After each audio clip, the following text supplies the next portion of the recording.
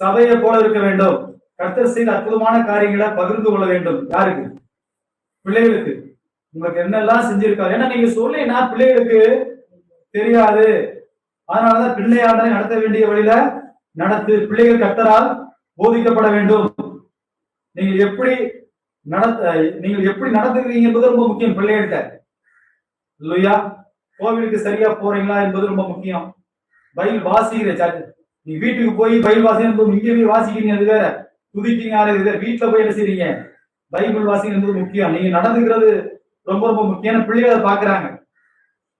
நீங்க என்ன செய்றீங்களோ அது பிள்ளை என்ன செய்வாங்க. நீங்க பைபிள் படிச்சா பிள்ளைகள் பைபிள் படிப்பாங்க.